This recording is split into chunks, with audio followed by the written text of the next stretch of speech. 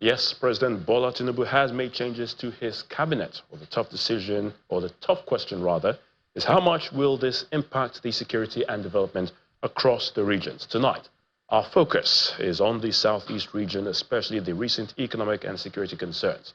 The man with the numbers, Babajide Ogusau, founder of Leadership by Data and Channels Television's data analyst, is right here to share more insight and the facts you should know. Babajide, great to have you again on the News at 10. Good evening, Ayotunde. So we're talking security in the southeast.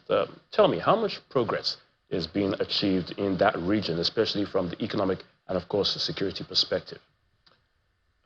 If we're to talk about progress, there are really two ways to look at it. And that's we either could look at it from the perspective of promises or perspective of potential. And promises and potential are really the two ways to look at the progress. But first is on security in the southeast and overall security across the regions. There's some good and there's some bad news. The good news is we're now 18 months into this administration's journey. And yes, the president has made some changes to assist with improving the speed of which he wants to achieve his results. So good news, 18 months into this. Actually, the bad news is in another 6 months, INEC will be releasing the calendar for the 2027 elections. In another 6 months. The calendar for the 2027 elections will be out. And we all know how this happens. Once the calendar comes out, the real games and the doors for politics opens. But speaking on the promises, the first is, let's cast our mind and let's take a look at the promises the president made, candidates Tinubu made when he was at the Michael Okpara Stadium Square in Enugu, January 11, 2023. If you elect me as the president, we will work together, we can create the industrial hub, and we will create the industrial hub for Enugu, for Ebonyi, and for the Igbos. That was before the election. Now let's take a look at what happened on the results of the election, the chart of the week, because it allows us to understand exactly what is going on. The region that is giving the president the least headache and the most headache. The region giving the president the least headache. Rest all regions are currently facing headaches, but the least headache coming from the southwest, and that's the region where the APC had the best performance. Ondo, 69% of the votes. Ogun State, 62% of the votes. Oyo, 61% of the votes. In simple terms, the southwest gave President candidate Tinubu his best performance. But look at what happened in the southeast. Imo, Ebonyi, Abia, Enugu, Anambra. On an average, 95% of those that voted in the presidential election voted against the president.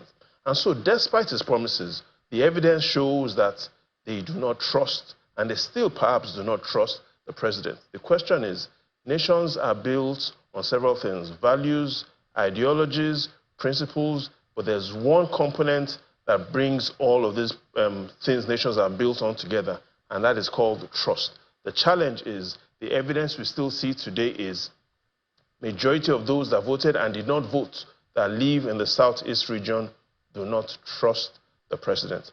How does the president build trust? Ayotunde, if I were the president, one recommendation now, for instance, I would tell the president is, if he wakes up in the morning and he wants to eat breakfast, he should go to Imo.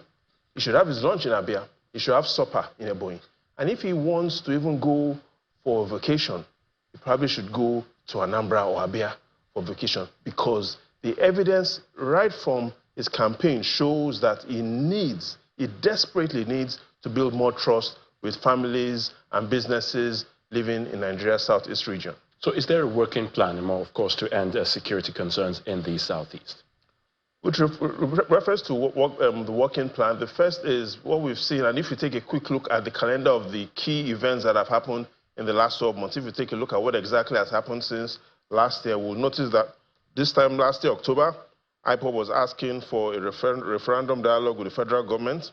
By December, same time in October, the Enugu State High Court had declared the proscription of IPOB as unlawful. That was surprising. However, in December last year, the Supreme Court said the terrorism charges and trial of Nnamdi Kanu will still continue. In this year, the big news with reference to ESN and IPOB, Nnamdi Kanu hired a new legal team in February.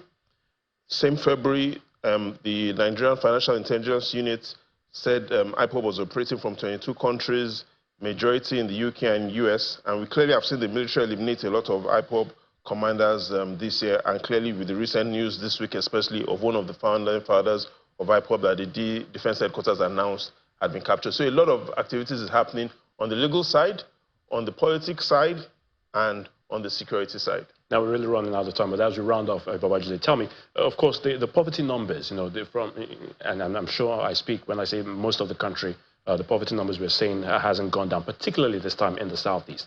How much will this affect the region's, you know, security and growth and development and all of that? Yes, we're talking poverty numbers. I was hoping that we'll have time to look at exactly what citizens' perspective on the southeast and national is talking about. But since we're talking about poverty numbers, recently, earlier this week, when we saw the big news on the arrest and that the defense headquarters leader, military chiefs had made, let's take a look at the statement from the chief of defense staff.